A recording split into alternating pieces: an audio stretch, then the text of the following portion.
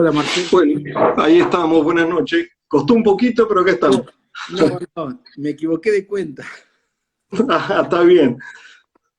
¿Cómo estás? Estaba desde otra cuenta. No, bien, vos Bien, bien, muy bien. tenía los chalchaleros de fondo.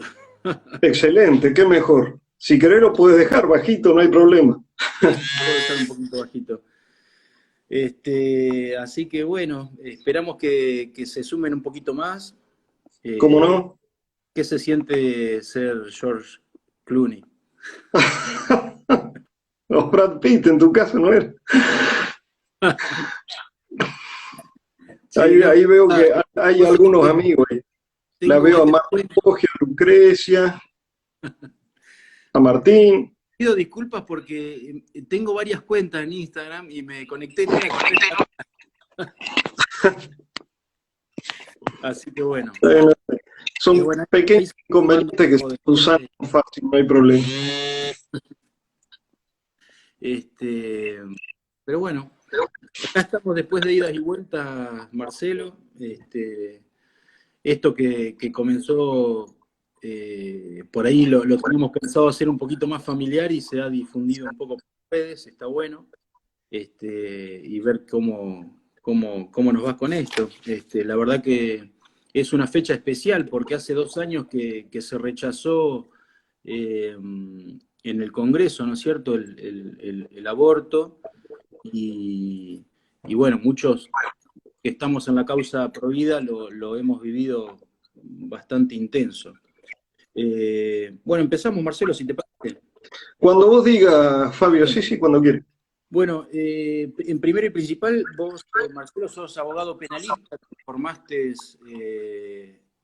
acá en la Universidad de La Plata, y hiciste un En máster, Mar del Plata. bien, en Mar del Plata, hiciste un máster en Derecho Penal en Salamanca, tenés varios artículos escritos, eh, y bueno, estás en el Poder Judicial en el área penal acá desde el 86 en Mar del Plata, Hace unos añitos ya. hace unos años.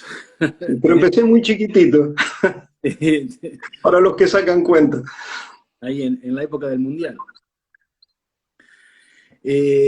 ¿Cómo comenzaste, Marcelo, a militar en esta causa provida? Bueno, esto tiene una larga data, la inquietud por los temas pro vida. De hecho, ya cuando estaba estudiando en la facultad y me apasionaba el derecho penal, una de las unidades que estudié con más empeño era justamente la unidad que tenía que ver con los derechos que tutelaban la vida y entre ellos, bueno, el capítulo del aborto para mí suscitó mucho interés porque me costaba entender ya en esa época la diferencia de penalización que había entre los homicidios comunes, por así decirlo, y esto que yo entendía ya en ese momento que era un homicidio agravado, porque era absolutamente imposible para la persona por nacer defenderse, ¿no? A partir de ahí esa inquietud me fue acompañando a lo largo de los años, pero cuando comienza toda esta etapa nueva en Argentina, que empiezan a suscitarse movimientos pro vida y demás, me fui acercando y ya, bueno, dedicándole mucho más tiempo y muchas más lecturas, y conectándome con aquellos que son de alguna manera nuestros grandes referentes nacionales, ¿no? Mariana Rodríguez Varela, el doctor Roberto Castellano, ¿no? Algunos muy jóvenes, como es el caso de Lupe Batallán, en fin. Y bueno, y ahora esto ya nos encuentra con este tema de NOS, en el cual Juan José Gómez Centurión es el único político en el país que levanta esta bandera, y fue el camino que encontré para encauzar todas estas inquietudes juveniles, digamos así. Bien. ¿Cómo viviste el 8 de agosto, Marcelo? ¿Vos estuviste allá o estabas en Mar del Plata? No, estaba acá en Mar del Plata por cuestiones laborales fundamentalmente. Pero una de mis hijas fue, la más chica estuvo ahí, después me reprochaba que yo no fuera, porque a pesar de que le decía estaba trabajando, nosotros los que tenemos determinada edad, lo de mi generación, el tema del trabajo se falta solamente cuando estás muerto. Eh, pero ella me decía que era un acontecimiento muy importante y demás, bueno, pero de alguna manera acompañamos desde acá con oraciones y se vivió lógicamente primero con mucha expectativa, porque teníamos confianza en que podía salir, pero sabíamos que era muy, muy difícil porque acá había un acuerdo entre los dos partidos mayoritarios, había muchísimo dinero, muchísima financiación del exterior, cosa que es pública y notoria, como esa famosa propaganda del New York Times, que se difundió por todos lados, mucha presión a los legisladores, de modo tal que algunos que se habían manifestado pro vida terminaron dando vuelta a su voto, pero finalmente, bueno, participé también de ese tremendo estallido de alegría cuando no fue ley. Claro, bien. Marcelo, comenzando con alguna preguntita más desarrollada, ¿cómo se entiende que, bueno, hace 2 años se rechazó el aborto, y cómo se entiende que hay protocolos hoy día, digamos, estimulados por el Estado que lo avalan? ¿Cómo es posible? La gente no entiende, piensa que se rechazó y a pesar de todo sigue cometiendo el aborto por estos protocolos. Sí, es decir, la gente que está en contra de los derechos de la persona por nacer, o sea, los que participan de este genocidio, que no vacilemos en calificarlo como tal, pues realmente es esto, son especialistas en generar confusión y en mentir. Entonces, de temas que son muy simples, en realidad, que no son tan complejos y que se entienden sin demasiada dificultad, logran embarullarlos. Efectivamente, como bien decís, no es ley, ni puede ser nunca ley, porque aun cuando lograran alguna mayoría parlamentaria, esa ley sería abiertamente inconstitucional y por lo tanto no podría tener vigencia. Entonces, a partir de ahí, ¿qué trataron de hacer? Meterlo subrepticiamente, darle algún viso de legitimidad a través de estos llamados protocolos, que voy a decir una expresión un poco fuerte tal vez, pero para que se entienda claro. Estos protocolos, desde el punto de vista jurídico, son basura, o sea, no tienen ningún tipo de valor. De modo que es la manera que han encontrado para darle un viso de legitimidad.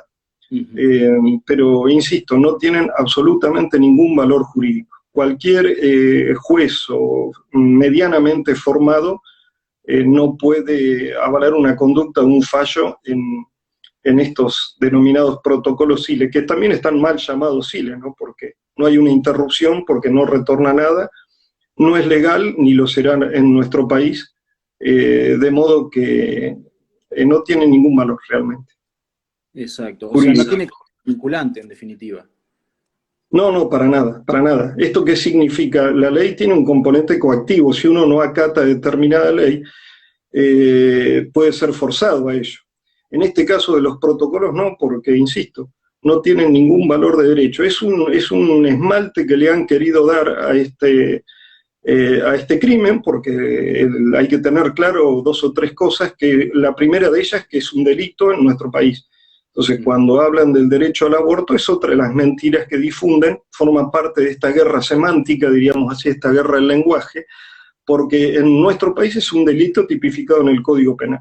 De modo que nadie que desobedezca un protocolo puede ser sancionado por eso, al contrario, creo que es un deber desobedecerlo, como corresponde hacer con toda norma, o pseudo norma en este caso, que pretenda legislar en contra de normas superiores, como son para nosotros la ley y la Constitución y los tratados internacionales, ¿no? Constitución tanto provincial como nacional. Vos mencionaste recién que el día anterior el New York Times, la tapa fue tremenda, o sea, los ojos estaban puestos acá. Eso es un signo inefable de que las presiones internacionales son tremendas para aprobar estas cosas.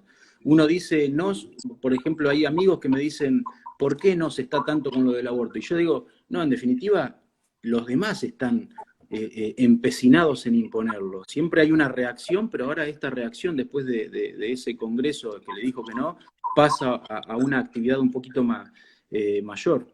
Pero es impresionante cómo se notó la presión internacional.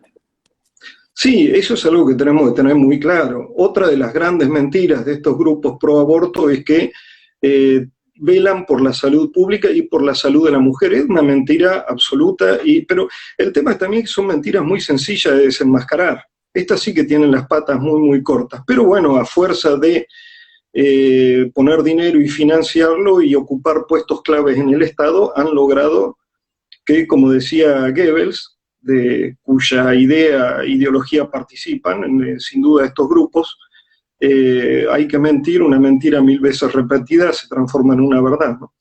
En este caso sí, el financiamiento es muy claro. Planned Parenthood, por ejemplo, tiene más sucursales de sus abortorios que McDonald's.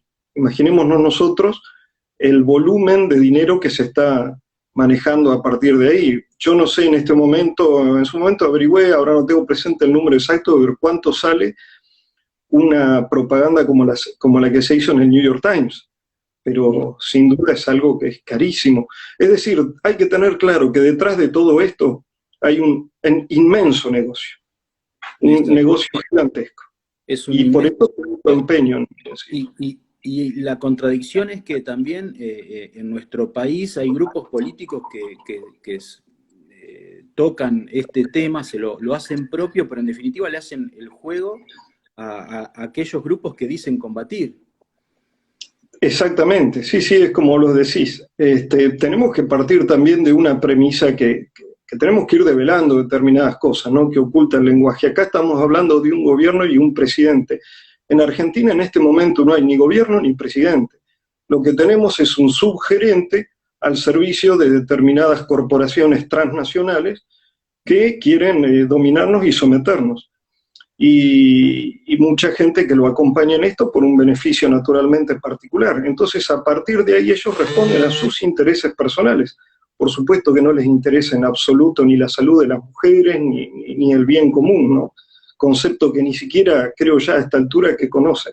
Exacto, muy bien. Sí, me hace acordar, hay una definición de una persona que por ahí estoy leyendo hace poco, que menciona que hay unidades políticas con territorio y sin territorio, y muchas veces esas unidades políticas sin territorio, que son estas agencias, ONG, supuestas ONG, cómo tienen el poder del dinero, en definitiva, de imponer ciertas cosas y someter a países. Pero bueno, este es un caso bien claro. También es clarísimo y la amnesia total de algunas agrupaciones políticas, ¿no es cierto? La otra vez charlando con vos mencionabas la reunión que hubo en Bucarest en los 70, donde hubo una pérdida diplomática por las grandes potencias para el control de natalidad.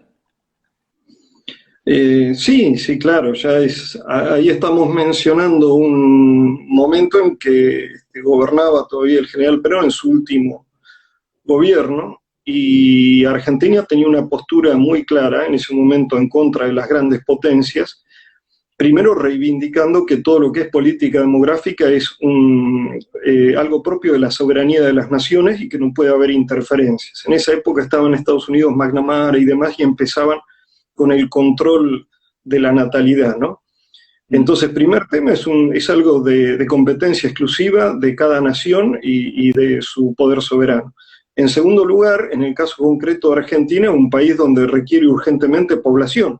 Tiene un territorio, como sabemos, muy vasto y que tiene que ser poblado, de manera que, además de una cuestión valorativa, axiológica, que es lo decisivo, es decir, que en un aborto es asesinar a una persona, también desde el punto de vista de la política demográfica para nuestro país es totalmente contraproducente. Acá lo que hay que fomentar es el crecimiento poblacional, justamente. Y en ese momento, el gobierno argentino, con expresas instrucciones del presidente, se opone a todos esos lineamientos.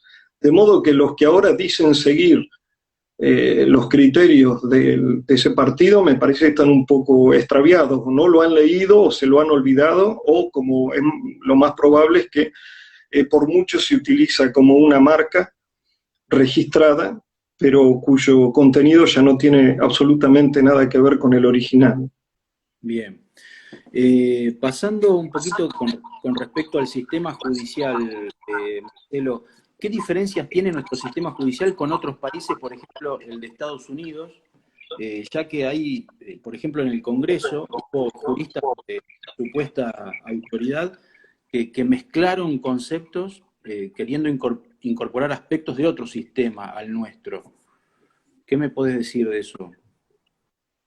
¿Vos te referís a algún país en particular, algún... Unidos, en Eso. especial, exacto, con el fallo que hubo allá, que es un hito para, bueno, en Estados Unidos, y luego de ahí se empezó a Mm. difundir más fervientemente en todo el mundo el tema del aborto, con el caso Roe versus Wade. Correcto, sí. Bueno, para empezar, en este caso las diferencias entre el sistema jurídico estadounidense y el nuestro son grandes. Ellos tienen un sistema donde el valor del precedente jurisprudencial, o sea, el fallo, es muy diferente al nuestro. Nosotros formamos parte de lo que se denomina sistema continental, donde predomina más la ley. Pero por otra parte, ese fallo que vos mencionás, Roe versus Wade, en el cual fue un fallo bastante malo, por otra parte, ¿no? Muy criticado por los juristas serios porque desconocía el valor de la vida humana desde la concepción y hablaba de una vida en potencia, cosa que es un disparate mayúsculo. Pero después, además, ya a esta altura se comprobó que era un fraude total. Es decir, para aquellos que no lo conocen, se inicia con una supuesta violación de varias personas a una persona, a una mujer, que se llamaba Norma McCover, ese era el nombre verdadero. El apellido Rowe fue un seudónimo que se utilizó en ese momento para preservar su identidad. Y entonces, como consecuencia de la violación, había quedado embarazada, según relató ella, y quería un pronunciamiento para que le permitieran abortar. Esto en realidad fue toda una manipulación de estos grupos pro muerte, lo que acá llamaríamos los verdes, con la intención de obtener justamente un fallo de la Corte de Estados Unidos por el valor tremendo que tiene como precedente en ese sistema que tienen ellos. Luego, tiempo después, se mostró que era todo absolutamente fraudulento. La propia Norma McCover admitió que había sido falso, que no había sido nunca violada, que ya tenía 2 hijos y ese había sido fruto de una relación sexual normal, y que terminó su vida militando en grupos pro vida. Una vez que reflexionó y se dio cuenta de la barbaridad que había hecho, porque a partir de ese fallo se dio como piedra libre para la comisión del exterminio de muchísimos ciudadanos en Estados Unidos, ¿no? De muchas personas por nacer. Exacto. Así que, hoy en día en Estados Unidos está, la opinión pública está ahora, se está incrementando el rechazo hacia esto, y mientras eso sucede en Latinoamérica se lo estimula, digamos, es una contradicción, mientras allá se lo está rechazando y la tendencia es esa, acá hay un impulso gigantesco. Eso también es indicio de que se están quedando sin mercado, en definitiva. sí, algo de eso hay también, ¿eh? Todo este impulso que hay en Argentina, el Plan Parenthood, viene porque el último gobierno, el gobierno que actualmente está en Estados Unidos, que se ha manifestado totalmente en contra del aborto, y como bien decís vos, una inmensa mayoría de los ciudadanos estadounidenses que están en contra también, evidentemente están buscando otros mercados donde poder llevar a cabo estas conductas delictivas, ¿no? Y bueno, atacan a los países más débiles, por supuesto, que venimos a ser los países latinoamericanos. De todas maneras, yo veo igual con mucha esperanza que, como ocurre en tantos lugares en el mundo, el grueso de la población se ha despertado. Y ya diríamos que somos un hueso duro de roer. Ellos, cuando fue lo del 8A, como dice el dicho, vinieron por lana y terminaron trasquilados. Porque en definitiva es una cuestión de docencia. Son muy pocos aquellos que sostienen a ultranza el aborto. Yo lo dividiría en 2 grupos. Algunos grupos que son pagos, como hablábamos recién, muchas organizaciones, esta mal llamada Católicas por el Derecho a Decidir, Casa Fusa, que es una sucursal de Planned Parenthood, el doctor Khan, que ahora parece que nos está asesorando en el tema de coronavirus y que es de la Fundación Huésped. Esto no lo invento yo. Se puede meter uno en la página de Planned Parenthood y se ve las donaciones, que en algunos casos llegan a más de $100.000, que han hecho a todas estas organizaciones, incluso el CELS, a punto tal que después ya dejaron de difundirla porque era tan alevoso, tan claro que venían a ser sucursales de ellos, que ahora lo ocultan eso, ¿no? Pero bueno, si uno se remonta un par de años atrás, las va a encontrar en la página oficial de Plan Parejo. De modo que volvemos a lo que dijimos al principio, es una cuestión de dinero, porque en la medida que se haga docencia real, que la gente sepa, vea, por ejemplo, a través de algunas películas que ha habido, como una muy reciente que se difundió en Estados Unidos y acá comercialmente no, le pusieron todo tipo de obstáculos, lo que es realmente un aborto, pero bueno, nadie puede estar a favor de semejante crimen, ¿no? Yo creo que la inmensa mayoría de estas chiquitas adolescentes que andan con el pañuelo verde no tienen la más remota idea de lo que están defendiendo. Por eso digo que es importante una cuestión docente. Dar a conocer. Nadie no conoce, por eso es la importancia de difundir y de formar. Eso es importantísimo lo que estás diciendo. Marcelo, el caballito de batalla de los grupos feministas ha sido acá en Argentina el caso FAL. ¿Qué me podés decir acerca de eso? Bueno, yo lo diría como un producto típicamente ideológico. Es decir, como cuando decía un ilustre jurista penalista, era Francesco Carrara, que cuando la ideología política entra donde se encuentra la justicia, sale volando por la ventana la justicia. Este es un caso típicamente ideológico, factura seguramente de Eugenio Zaffaroni, que ha sacado, digamos, patente del gran jurista y en realidad es un ideólogo. No le desconozco erudición y demás, pero, digamos, el jurista es un hombre que lleva, como dijo alguien, la justicia en el corazón y en el pecho. Y la justicia está por delante de toda ideología. Es decir, cuando un juez jura, puede ser que tal vez algo no le guste en una ley o en la Constitución, y a lo mejor tendría el anhelo de reformarla, pero mientras tiene que desempeñarse como juez, está sujeto a la Constitución y tiene que fallar conforme a eso. Este fallo FAL, vamos a hacer simple y directo, es un mamarracho. Hay muchos autores excelentes, un excelente artículo, por ejemplo, del doctor Ricardo Vaz de Casal, ahora una contribución relativamente reciente del doctor Héctor Hernández, cuya lectura recomiendo mucho, que lo ponen de manifiesto así. Para quien no lo conoce, muy brevemente voy a decir, en el año 2010, el Superior Tribunal de Chubut se le había hecho el reclamo de matar a un bebé que llevaba 5 meses concebido. El Superior Tribunal de Chubut autoriza la ejecución de esta persona inocente. El defensor o el asesor de incapaces interpone un recurso extraordinario para evitar que lo maten. Estamos hablando de un bebé de 5 meses. Y mientras se concede el recurso extraordinario, se procede a hacer la ejecución. O sea, es peor que una condena a muerte. Sabemos que tradicionalmente en las penas de muerte, antes de ejecutarlas, siempre hay un pedido de clemencia ante alguna autoridad y se suspende esperando que la autoridad pertinente se expida. Bueno, acá no esperaron nada. Lo ejecutaron. Llega a la corte y 2 años después, cuando ya había caído en abstracto, por supuesto, que ya al bebé lo habían matado, la corte nuestra, basándose en algunos precedentes de Estados Unidos, dice que no obstante ya no tener sentido la resolución del caso, se iba a expedir igual. Porque de esa forma, frente a casos futuros similares, iban a tener todos los tribunales nacionales una pauta para seguir. Esto es lo que alega la Corte para introducirse en un caso que ya estaba finiquitado en los hechos.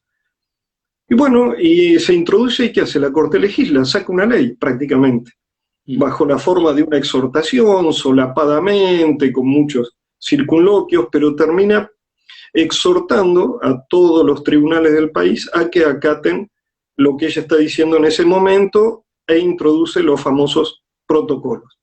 Es decir, da el pie para que se introduzcan estos famosos protocolos.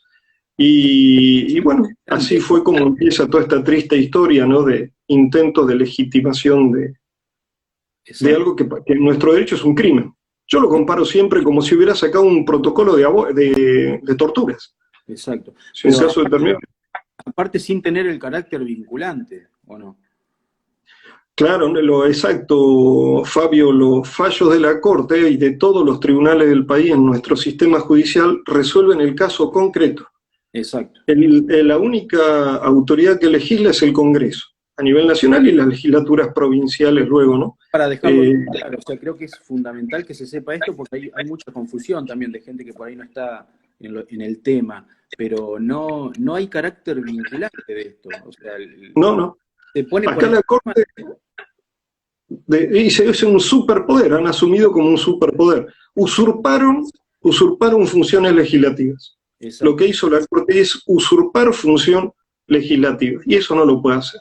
Exacto. Y como bien decía, ayer lo escuchaba también el doctor Ignacio Uriburu, nosotros en tanto que provincia de Buenos Aires y todas las provincias, conservamos todo el poder no delegado al Poder Nacional. Y también están imponiendo a las provincias que fallen o que legislen de determinada manera. Un disparate muy, muy grande, pero bueno, volvemos a lo mismo, ¿no? Acá nos vamos a encontrar a cada paso con la irracionalidad, porque realmente no tiene ningún sustento serio esto. La nación no puede imponer hacia las provincias, eso es lo que estás diciendo. Exacto, sí, menos la Corte, que como vuelvo a decir, es un tribunal que resuelve el caso concreto, como todos los tribunales del país. Para poner un ejemplo claro para aquellos que no son abogados, hubo una discusión eterna ahí sobre si cometer un robo con un arma de juguete, con una buena réplica, es un robo agravado o un robo simple, ¿no? Una discusión eterna. Y bueno, puede suceder que un juez considere que es un robo agravado, que tiene una pena muy alta, y otro juez en un despacho que esté a 10 metros considera que es un robo simple, y cada uno falla de acuerdo con eso. Después hay todo un sistema para unificar los fallos plenarios, pero nos meteríamos en temas técnicos. Pero a donde quiero apuntar que el fallo ese es para el caso concreto, no puede tener pretensiones omnímodas, ¿no? Además, bueno, es un fallo que viola todos los preceptos legales que forman parte de nuestro régimen jurídico, ¿no? Empezando por la Convención de los Derechos del Niño, que acá, si me permitís, me detendría un poquito porque veo que muchas veces mucha gente que es provida dice tenemos el derecho a la vida de la concepción en la Constitución. Y de alguna manera es cierto, pero hay que hacer una pequeña aclaración. La Convención de los Derechos del Niño, que fue introducida con jerarquía constitucional por el constituyente en el año 1994, tiene una declaración expresa del gobierno argentino que dice que se entiende por niño desde la concepción. O sea, esto ya tiene rango constitucional, es un tratado internacional de derechos humanos. Y eso ha sido desconocido por el fallo FAL de manera absurda y pretende ser desconocido por estos protocolos que, insisto, son basura. Esto hay que barrerlos y tirarlo a la basura. Ahí me reía porque ahí había un comentario de José que puso Proxe Zaffaroni. Bueno, Zaffaroni está muy influenciado ideológicamente por Foucault. El que entiende o sabe de ideología, o ideológicamente Foucault es tremendo. Pero bueno, me reía por eso. Te hago otra pregunta, Marcelo. ¿Qué diferencia hay entre legalizar y despenalizar? Bueno, desde el punto de vista técnico hay una diferencia. Ahora, desde el punto de vista de los hechos y de las consecuencias, termina siendo lo mismo. Porque legalizar, que es lo que están queriendo hacer estos grupos, es hacer algo lícito.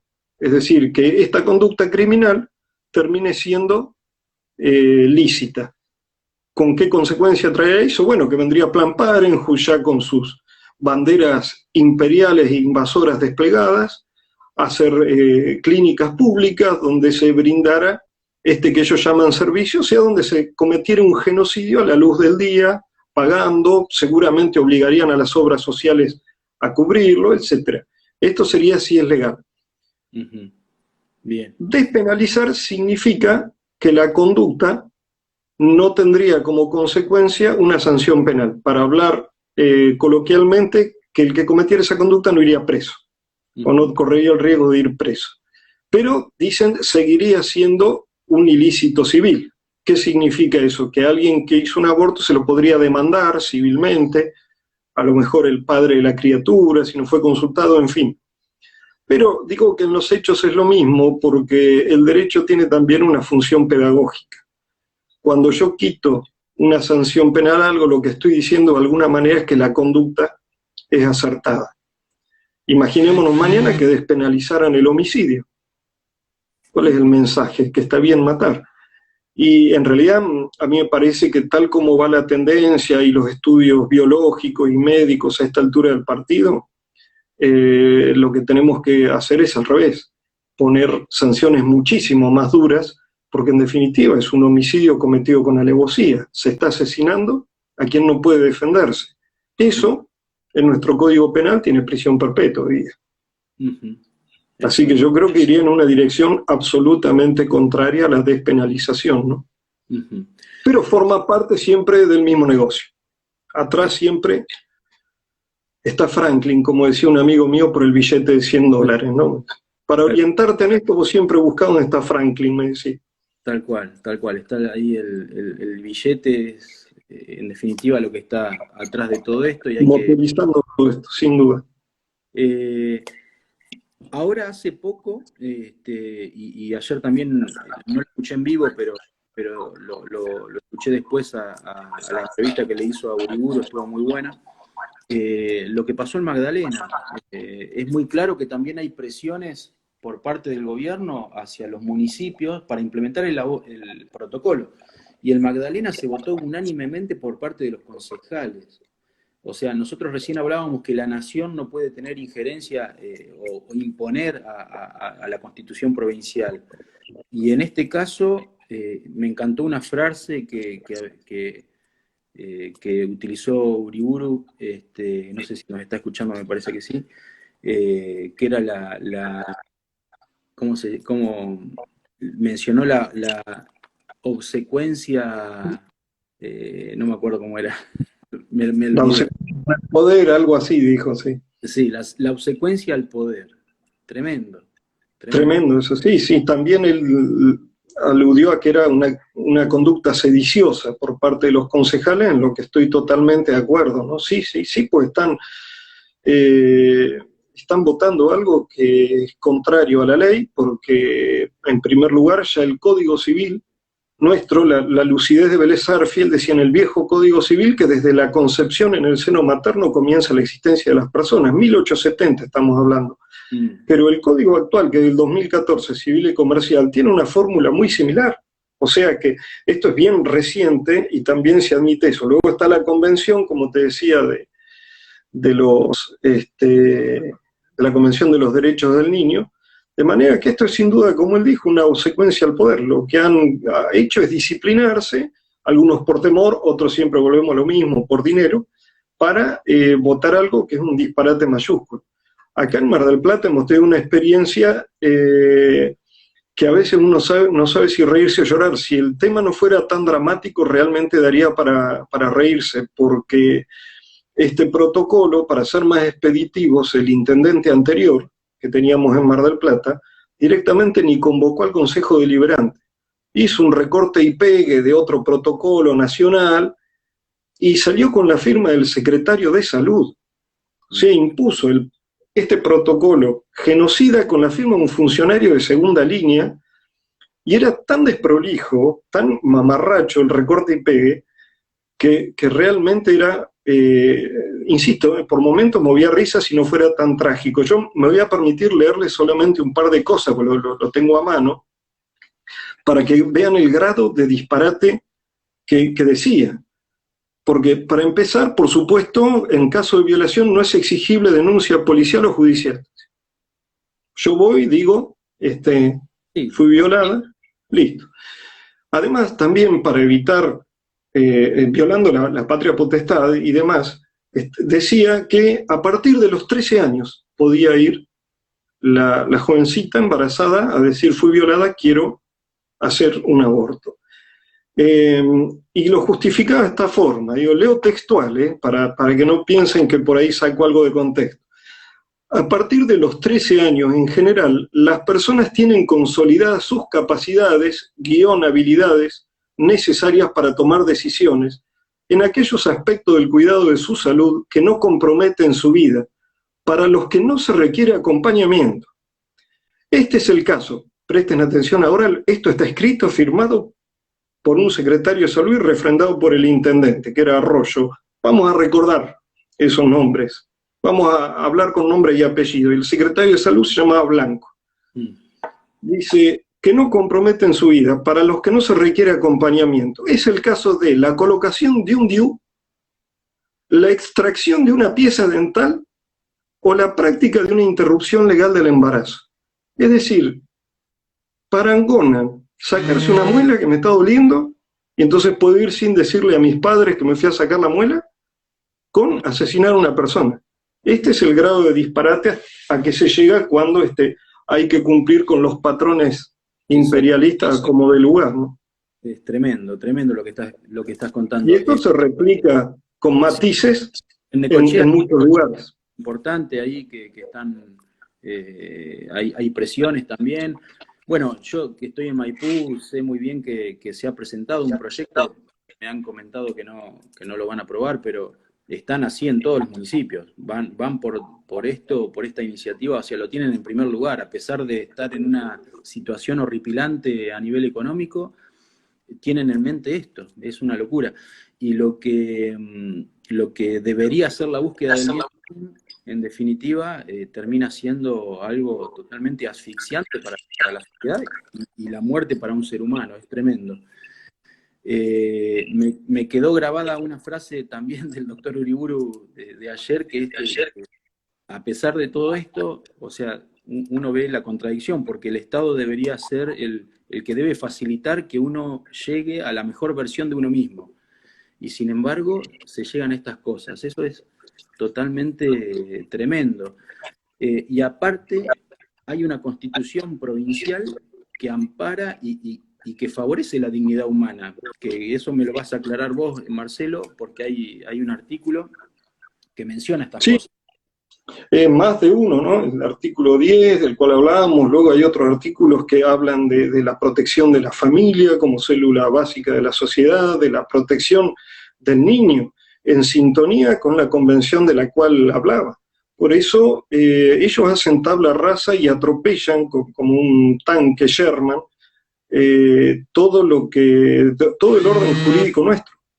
Lo llevan por delante porque, bueno, es la orden que les viene dada de estos centros imperiales de poder. Y vos tocaste también un tema muy importante, que es un país en el que es sabido que tenemos una escasez importante de recursos y, sin embargo, gastan, como gastó no sé cuántos millones de pesos el gobernador Kirchhoff en misoprostol, cuando a lo mejor no tenemos una asistencia adecuada para darle a una persona que tiene un padecimiento de salud. De modo que eso también es otra anomalía absoluta, ¿no? Está descuidándose la salud de la población para cometer estos delitos. Que es interesante recordar que aún en la versión del Código Penal que permite en algún caso según estas personas, ¿no? Una intervención de esa índole, aún se exige que sea por médico diplomado. Obviamente que nosotros consideramos que eso está absolutamente abrogado y que está mal interpretado. Pero acá hay grupos, asociaciones de personas que están repartiendo misoprostol y fomentando el aborto, y yo creo realmente que cometen varios delitos. El primero de ellos es obviamente el ejercicio ilegal de la medicina, para empezar. En segundo lugar, son una auténtica asociación ilícita. Acá si hubiera fiscales como debiera haber en la provincia, tendrían que ser perseguidos penalmente. Pero ya, así lo promocionan por páginas web, por Facebook. Son delitos, es asociación ilícita. Tienen penas altas. Sí. Te hago una pregunta. O sea, ahora obviamente los vientos son desfavorables. Ciertamente hay gente, la otra vez mencionábamos una frase de San Agustín, que los vientos son desfavorables, pero nosotros somos los tiempos, ¿no? Esa frase es fenomenal y creo que es lo que pasó en el Congreso. Y eso nos da impulso para incluso a estar en desventaja, a atacar. Eso es una frase que estimula. Pero si estos vientos cambian, uno puede decir que, por ejemplo, en lo que pasó en Magdalena, ¿se los puede denunciar el día de mañana a estos concejales que se han impuesto por encima de la ley? Sí, sin duda, han cometido, para empezar, incumplimiento de los deberes o abuso de autoridad, en fin, buscar la figura, pero es más, yo no creo que el día de mañana se los puede denunciar hoy. Uno puede, tienen muchos una lógica, diríamos así, desánimo, porque tenemos un poder judicial cuyo rasgo característico, como bien dijo Gómez Centurión en más de una ocasión, es la sumisión. Esto es así. Hemos tenido un sistema de designaciones durante décadas que lo que ha favorecido es la sumisión. Siempre hago la salvedad de que hay jueces individualmente buenos o fiscales que hacen excepción a la regla, pero como cuerpo es un poder sumiso. Entonces mucha gente me dice, bueno, pero no vale la pena hacerlo, porque no. Hay que hacerlo de todos modos, no importa. Vamos a ver hasta dónde se llegue, porque realmente el delito está. O sea, no es un invento, no es dibujar nada. Como en el caso del doctor Rodríguez Lastra, termina el condenado por conductas que no solo no son delictivas, sino que, como diría Gómez Centurión, merecería el Premio Nobel de la Paz, y el grupo de personas, de mujeres vinculadas a la denunciante, a esta senadora rionegrina, que le dan el misoprostol a la chica y que son un colectivo que se dedica a eso, no las persigue nadie. El fiscal no se enteró de que existían. Disparate mayúsculo, pero bueno, no es un disparate, es sumisión. Están sometidos al poder político, no vamos a decir las cosas claras porque si no, no se entiende. Exacto. Y también, volviendo al delito que... bueno, te voy a hacer otra pregunta antes que esta. ¿Hay mujeres que están presas por cometer un aborto? Porque muchas veces los grupos feministas dicen, no queremos estar presas por esto. ¿Hay mujeres presas? Y mirá, Fabio, yo estoy en el Poder Judicial desde el año 86. Durante todos estos años vi un solo caso de una persona que fue presa y fue excarcelada a los pocos días, y era una médica, que además en este caso había cometido un aborto, como dice el código técnicamente, seguido de muerte. O sea, falleció la chica, porque esa es otra cosa. Cuando hablan de aborto seguro, legal y gratuito, son tres mentiras. Insisto, ellos siempre mienten, ¿no? Porque de seguro no tiene nada. Vos sos médico, en esto seguro que lo sabés mejor que yo. Pero hablando con todos aquellos que están en el tema de bioética, dicen que como toda intervención es riesgosa. Y en este caso particular, siendo una intervención tan anómala, genera muchos más perjuicios. De manera que de seguro nada. Legal no es, por lo que ya dijimos, en Argentina es un crimen, y tampoco es gratuito porque alguien lo paga.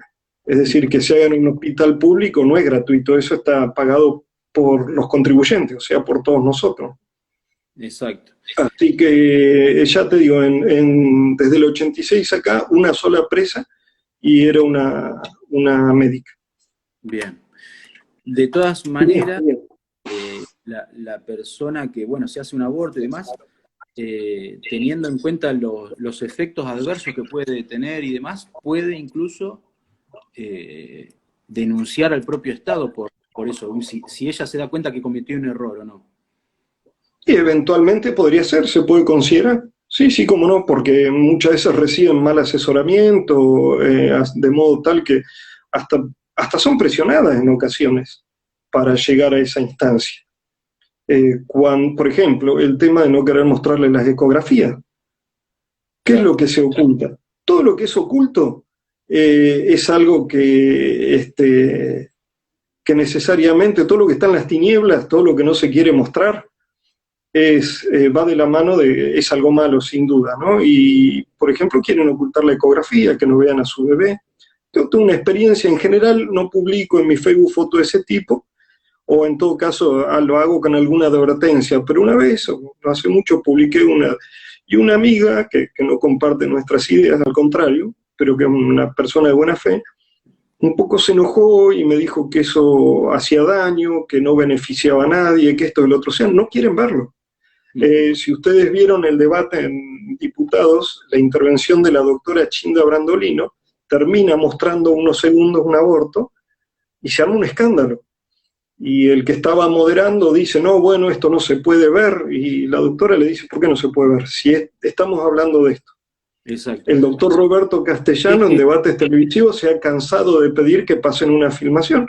Así dice, sabemos de qué estamos hablando. Es el único comercio que no se muestra el producto. Bueno, Sí, tal cual. En Estados Unidos una de las estrategias de por qué se va retrayendo todo esto es, hay leyes que dicen que a la mujer que quiere abortar se le muestran imágenes del aborto y ahí muchas deciden no abortar. Sin duda. Allá. Pero bueno, es terrible. Ahí me hicieron una pregunta. Hay un 0800 también para las personas que están en conflicto con su maternidad. Y me hizo una pregunta una de las chicas. Y también lo que uno apuntaría es a eliminarlo y a generar opciones para una adopción temprana prenatal. Eso por un lado. Acá José me está diciendo que hay que abogar por la desobediencia civil y la rebelión fiscal. Dice, está con todo, José. Bueno, y las dos cosas, ¿no? Por supuesto, la adopción prenatal o fomentar la adopción, que es un tema que en Argentina también es complejo y lento para las familias que quieren adoptar los niños, es una de las alternativas para tratar de superar este tipo de cosas. Lo que dice José es muy atinado, entiendo yo, porque hace poco se lo escuché también decir al padre Rabasi en una conferencia, ¿no? Donde decía hasta qué punto no tiene la obligación de pagar determinados tributos si sabe que tienen un destino que es criminal, como en este caso, ¿no? Está bien que, como me decía un amigo, de todas maneras con el gobierno que tenemos actualmente no hay problema porque ellos directamente siguen imprimiendo, así que no les hace daño la rebelión fiscal, dice, porque no les importa nada, pero hablando seriamente es un instrumento que se ha utilizado históricamente para, bueno, todos los famosos temas de desobediencia civil, Gandhi, todo eso que conocemos, en gran medida es eso, ¿no? Plantarse frente a leyes injustas y desobedecerlas. Bien. Otra preguntita, ya estamos creo que a 10 minutos más o menos de terminar. Hoy hablábamos de los agentes políticos sin territorio, que tienen mucho poder, que ingresan al poder político y presionan para leyes que van en contra de la soberanía. ¿Qué papel juega, si tenés conocimiento, la CEDAW y la adherencia al protocolo facultativo que interpreta ese tratado, que es el CEDAW, que es el tratado en contra de la discriminación de la mujer? Sí, eso es como todo. Volvemos, perdón que sea a veces reiterativo, pero volvemos a otra mentira. Es decir, es un análisis sesgado, falseado de ese tratado, y es un protocolo, no es el tratado tampoco. Pero hay que estar alerta porque desde el punto de vista legal permanentemente están distorsionando las normas, ya sean nacionales e internacionales, para hacerles decir lo que no dicen o ocultar lo que dicen. O como en el caso, por ejemplo, mencionaba hoy de la Convención de los Derechos del Niño, que en el fallo FAL que mencionábamos, directamente lo tergiversan de tal manera que ya es, diríamos, un insulto a la inteligencia del lector del fallo, ¿no? Sí, hay que estar alerta siempre en ese sentido. Bien. Marcelo, vos, hay un montón de juventud que obviamente está en contra del aborto, pero bueno, el ambiente en que se mueve esta juventud a veces es contrario en las universidades, los colegios y demás. ¿Vos qué aconsejarías a un joven que se mueve en estos ambientes y no piensa de esa manera? Bueno, ahí me viene a la mente la frase, creo que era de Paul Claudel, que decía que la juventud está hecha para el heroísmo y no para el placer. Se va a enfrentar con situaciones difíciles, sin duda, pero algo que para nosotros fue muy revelador y muy grato en el famoso 8A, con el que empezaste este encuentro, ver la cantidad de jóvenes que se han manifestado a favor de la vida. Y con esa impronta que tienen ellos, combativa, entusiasta, bullanguera en muchos aspectos, y eso realmente fue algo muy refrescante, porque quiere decir que tenemos garantizada, digamos, una renovación ahí, y lo están haciendo con mucho valor, con mucho coraje, en todos esos espacios que mencionabas, que les son hostiles, sí, muchas veces, ¿no? En universidades, colegios, pero ellos van con su verdad. Creo que si pudiera darles algún consejo, yo no soy mucho dar, pero bueno, una figura que tengo siempre presente y que para mí es un paradigma, un modelo, es la de Carlos Sacheri. Y Carlos Sacheri era un hombre formidable también, tanto en la enseñanza como en el debate. Y una vez parece que alguien de izquierda le comentó a uno, con Sacheri no se puede, dice, porque sabe mucho y no se enoja nunca. Es decir, que tratan de reunir esas dos cualidades, un estudio serio, profundo de los temas, exhaustivo, y después mantener la serenidad, porque el que tiene la verdad tiene que mantenerse sereno. Que pierdan los estribos aquellos que se están vendiendo, como se decía en mi época, al oro extranjero, o por algún tipo de problema personal de resentimiento están abogando por la muerte. Entonces, mantenerse sereno, estudiar mucho y defender la vida en todos los ambientes donde uno se encuentre. Exacto. Pero tenemos también muchos líderes juveniles ahora que nos dan muchas satisfacciones. Alguien tan joven como Lupe Batallán acaba de sacar un libro sobre el tema, bueno, y lo hemos visto, gracias a Dios, bueno, en nuestras propias familias también, nuestros hijos que lo vemos que tienen ese empeño, y bueno, uno se siente reconfortado porque ve que está asegurado el relevo, ¿no? También. Exacto. Hablaste de verdad y me acuerdo una frase que me quedó grabada después de una charla que tuve, o sea, que presencié con el doctor Mario Caponeto, el cual mencionó que, hablando de la finalidad de la política, es obviamente la búsqueda del bien común. Y él menciona que hay una búsqueda, un máximo bien común, y el máximo bien común es la verdad. Dice, o sea, me quedó muy grabado eso, y para los que tenemos una visión quizás sobrenatural, sabemos quién es la verdad. Esa frase siempre la tengo guardada y es fenomenal, hablando de verdad. Y es lo que nos hará libres, ¿no? La verdad nos hará libres, dijo Jesús. Yo no tuve la satisfacción, una vez fui a Freiburg hace ya muchos años, y veo que en el frontispicio de la Facultad de Derecho de la Universidad de Freiburg tenía esa frase grabada en letras doradas: la verdad los hará libres.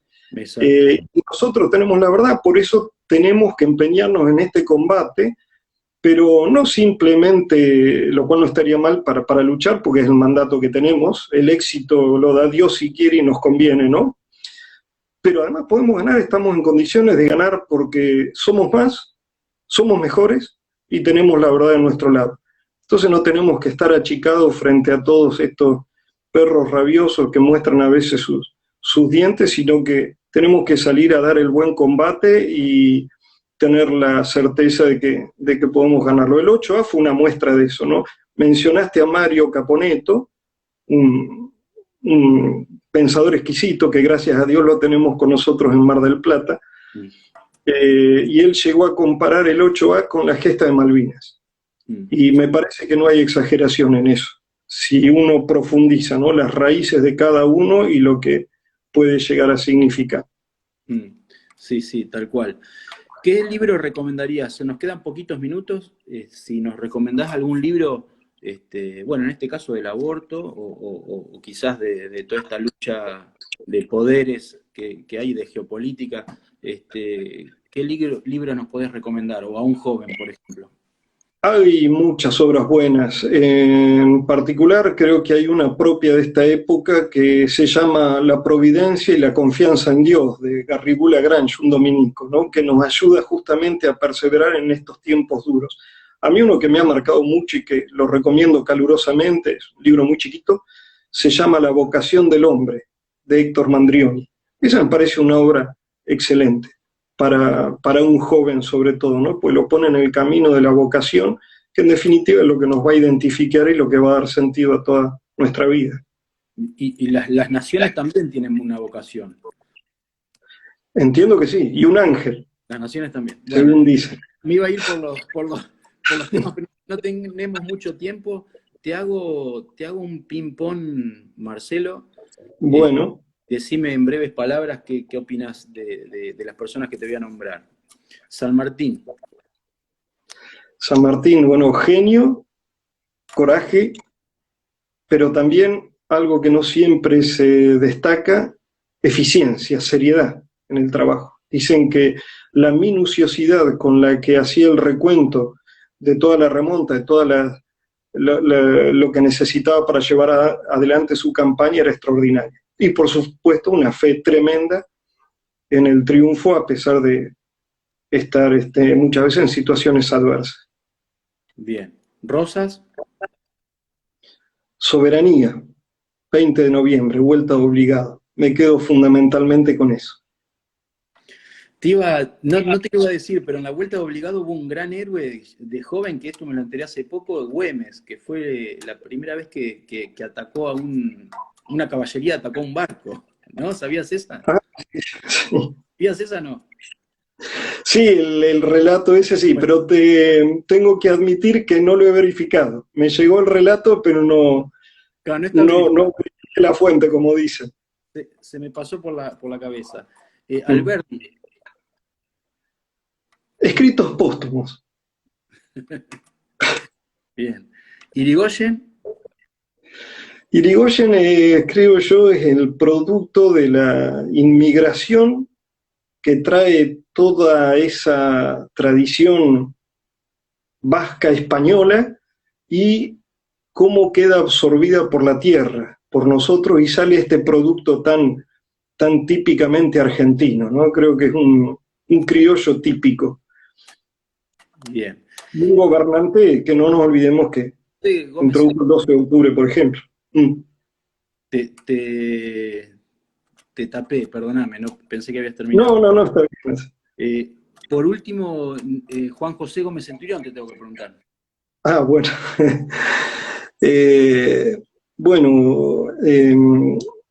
Cuando me acerqué a Nos, un señor grande, del cual me hice amigo, y seguimos en trato, un hombre que está en Nos, en un momento me dijo una cosa charlando, me dice, estuve toda la vida esperando esto. Es un señor que pasa los 70 años, ¿no? Y yo le digo, ¿sabes, don Héctor? A mí me pasa lo mismo. Es decir, don Leonardo Castellani, allá en la década de 40 o 50, hizo algo que podíamos tomar como una especie de profecía, si bien la hizo de manera negativa, ¿no? Yo le voy a dar la vuelta, le voy a poner en positivo. Él decía que para que Argentina iba a salir adelante cuando se diera la convergencia de 3 factores. Que estuviera encabezada por un héroe, que estuviera rodeada de un grupo esclarecido de personas y que el pueblo los acompañara. Entonces, cuando aparece Gómez Centurión levantando estas banderas, yo pensé, bueno, medalla al valor heroico en combate. A él le gusta que no le gusta que le digan héroe, le gusta que le digan veterano de guerra, ¿no? Porque los héroes, él dice que son los caídos, que cayeron, dejaron su vida en Malvinas. Entonces digo, el primer factor. Luego, esa otra convergencia segunda de mentes esclarecidas. Yo me he encontrado con que aquellos autores que leía de joven, y sigo leyendo, mencionaste a Mario Caponeto, Enrique Díaz Araujo y otros, también se han aproximado y lo están rodeando y acompañando. Uh-huh. Y queda el tercer factor, que es que el pueblo se despabile y vea por dónde está el rumbo. Y creo que esto está pasando. Y en gran medida también depende de nuestro esfuerzo.